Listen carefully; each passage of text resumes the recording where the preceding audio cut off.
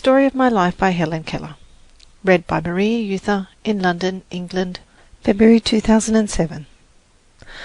Chapter 13. It was in the spring of 1890 that I learnt to speak. The impulse to utter audible sounds had always been strong within me. I used to make noises, keeping one hand on my throat while the other hand felt the movement of my lips. I was pleased with anything that made a noise, and I liked to feel the cat purr and the dog bark. I also liked to keep my hand on a singer's throat or on a piano when it was being played. Before I lost my sight and hearing, I was fast learning to talk, but after my illness it was found that I had ceased to speak because I could not hear. I used to sit in my mother's lap all day long and keep my hands on her face because it amused me to feel the motions of her lips. And I moved my lips too, although I had forgotten what talking was. My friends say that I laughed and cried naturally, and for a while I made many sounds and word elements, not because they were a means of communication, but because the need of exercising my vocal organs was imperative. There was, however, one word, the meaning of which I still remembered: water. I pronounced it wah-wah. Even this became less and less intelligible until the time when Miss Sullivan began to teach me. I stopped using it only after I had learned to spell the word on my fingers. I had known for a long time that the people about me used a method of communication different from mine, and even before I knew that a deaf child could be taught to speak, I was conscious of dissatisfaction with the means of communication I already possessed. One who is entirely dependent upon the manual alphabet has always a sense of restraint, of narrowness. This feeling began to agitate me with a vexing, forward-reaching sense of a lack that should be filled. My thoughts would often rise and beat up like birds against the wind, and I persisted in using my lips and voice. Friends tried to discourage this tendency, fearing lest it would lead to disappointment. But I persisted, and an accident soon occurred which resulted in the breaking down of this great barrier. I heard the story of Ragnhild Carter.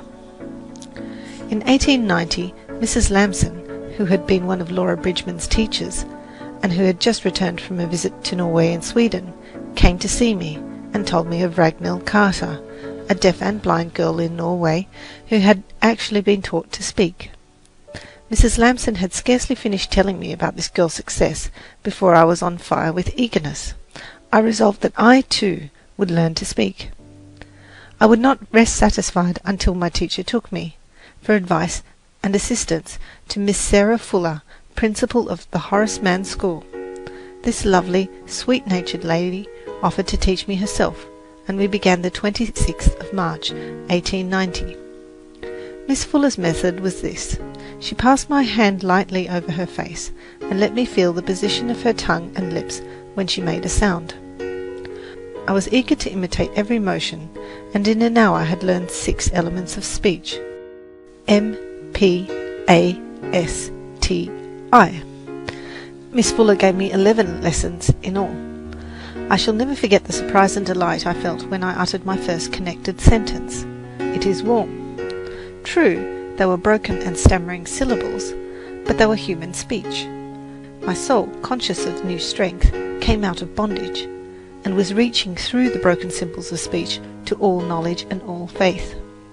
No deaf child who has earnestly tried to speak the words which he has never heard, to come out of the prison silence, where no tone of love, no song of bird, no strain of music ever pierces the stillness, can forget the thrill of surprise, the joy of discovery, which came over him when he uttered his first word.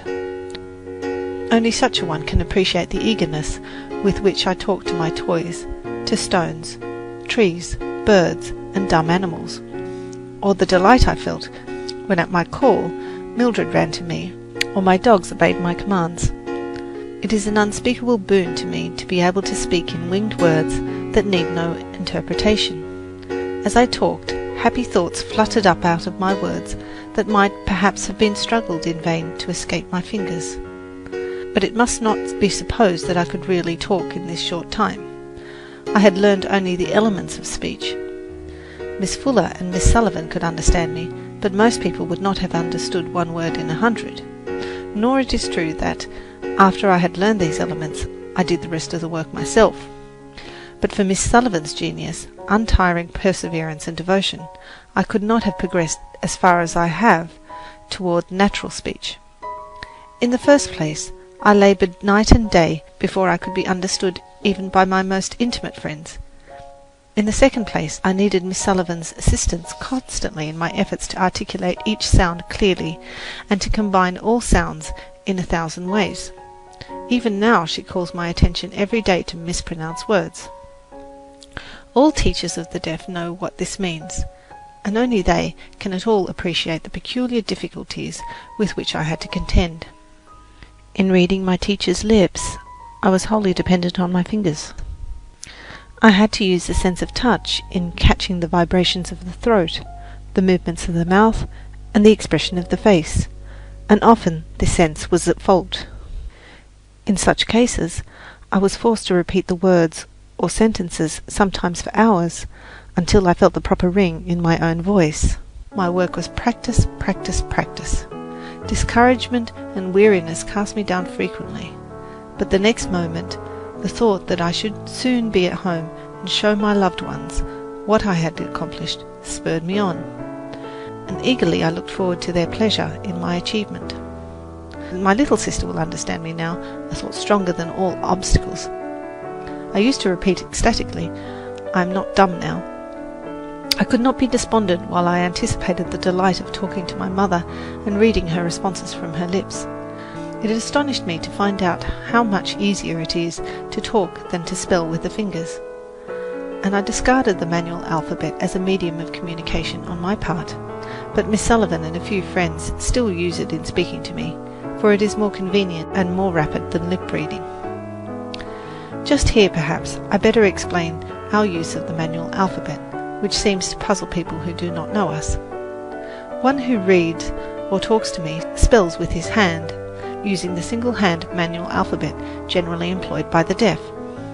I place my hand on the hand of the speaker, so lightly as not to impede its movements. The position of the hand is as easy to feel as it is to see.